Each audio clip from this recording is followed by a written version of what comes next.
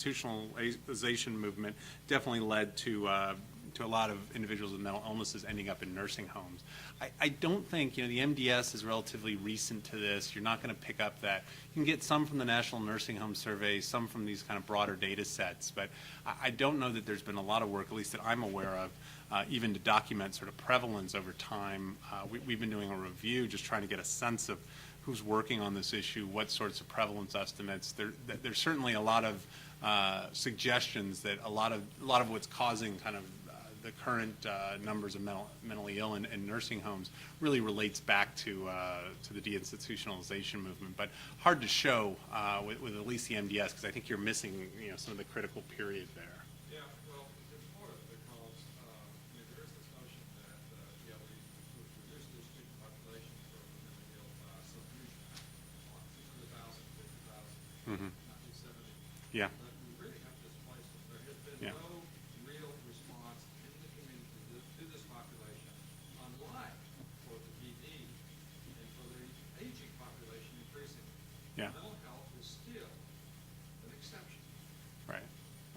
I think that's exactly right, and I think you're simply closing hospitals isn't enough. It's like pushing down on a balloon. They're gonna, unless you make services available in the community for, Well, this needs to be documented. Yeah, more. I agree, and we sort of touched on some of this in our discussion, but we're largely picking up this latter part of the period. But I think one could go back to one of these nationally representative data sets, like the National Nursing Home Survey, kind of document more of this progression. Go ahead. But there's a program called PASSAR, supposed to be a program to make sure that this doesn't happen. This is, yeah. I mean, Yeah. are they having them in there with other physical ailments? So we thought, kind of going into this, that PASSAR would sort of be this gatekeeper. We saw, these are sort of numbers, we showed both these numbers and just the overall prevalence, kind of going back a couple of slides, but kind of, we were running these types of numbers, not just nationally, but also state by state. We're seeing huge variation. That suggests to us that, yes, there's supply differences in psych hospitals, also very different applications of PASSAR. And at the beginning of this project, actually, I got a call from somebody at CMS who actually has some jurisdiction over the PASSAR program, very worried that states weren't actually enforcing this. And in fact, Enforced it since '87. they're Nobody's so there's no teeth behind it, and so I don't think there's any movement on it. And what's also somewhat troubling when we document in our papers that there are actually some funny exceptions with PASSAR in certain states, in many states, about transition from a psych hospital bed, and there's 30-day, with physician order. You can get all these funny kind of workarounds with PASSAR. I'm not even certain, as Larry's suggesting, you need these workarounds. Nobody's sort of enforcing it, but there are some potential kind of ways of skirting PASSAR legally, and I think states are largely ignoring it or doing it in a very cursory way. So thanks for raising PASSAR. I think that, in theory, like a lot of nursing home regulation, we would think that should sort of stamp this out. In practice, it doesn't get us there. So just to sort of draw up the implications from these 4 examples and then turn to the solutions, I think it's obvious that across all of these examples, both programs, meaning Medicare and Medicaid, narrowly focus on their own costs. Nobody's sort of worrying about care coordination. How do we sort of coordinate primary, acute, post-acute, long-term care services? There's no sort of broader case management. Even in programs with case management, such as HCBS, the case management often ends before the admission to the hospital or the skilled nursing facility. To say the least, given high cost, lack of care coordination, quality of care is also an important issue here. So how do we go about addressing this? Let me give you 3 potential solutions. I'd be happy to hear of others, and as I'll note in a bit, these are not mutually exclusive by any stretch of the imagination. You could think about combining 2 of these in conjunction with one another, or even all 3. Let me talk through them, and certainly look forward to comments here. The first is capitation, then I'll talk through pay for performance, and then the federalization of Medicaid. So capitation is one that I've always been, in theory, very, very, I think, optimistic about. I think it's one of these classic cases where theory and sort of results don't unfortunately always match up. And I think we really need more research trying to understand why capitation hasn't gotten us where we need to be. But basically, the idea is that you integrate Medicare and Medicaid via some managed care vehicle. And obviously, the potential's there, given this managed care, given this blending of Medicare and Medicaid, for a more efficient use of resources. Ideally, and this doesn't always happen even in blended products, but ideally both programs can share in the cost and obviously in the savings. So we sort of eliminate these, Medicaid pays for nursing homes, Medicare gets to pay for or gets the savings from fewer hospitalizations.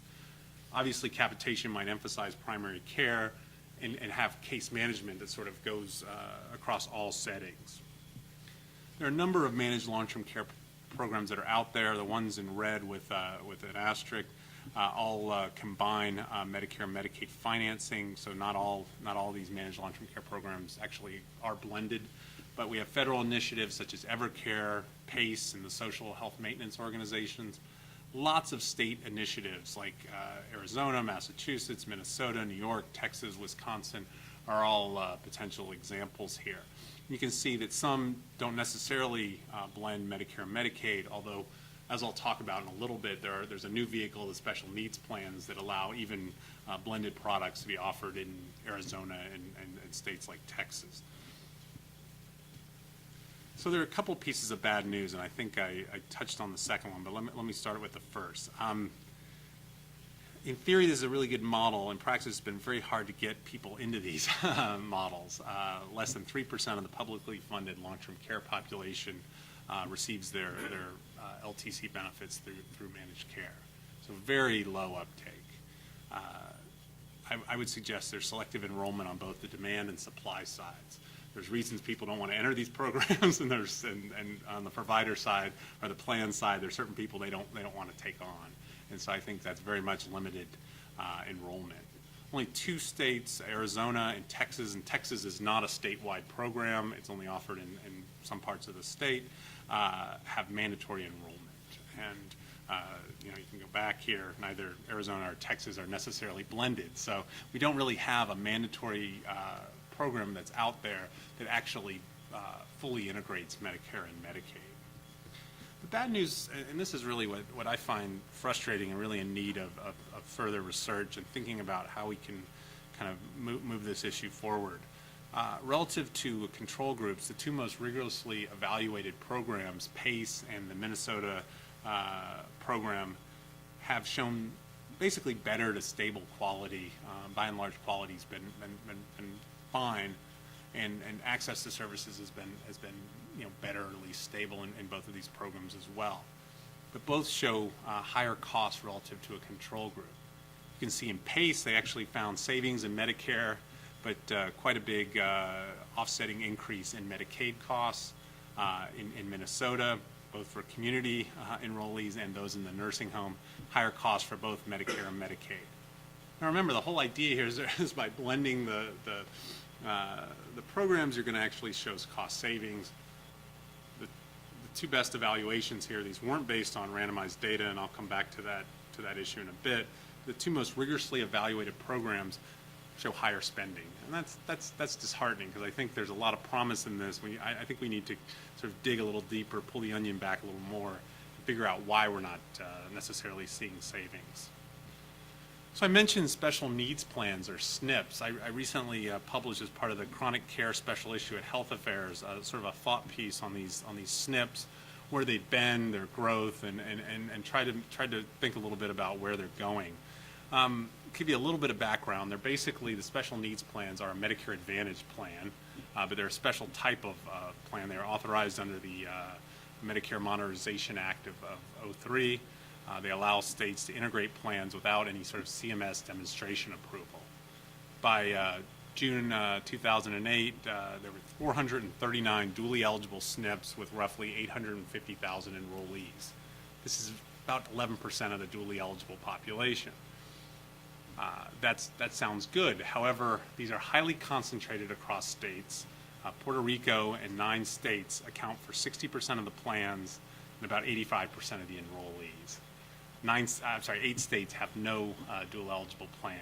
So it's sort of a feast or famine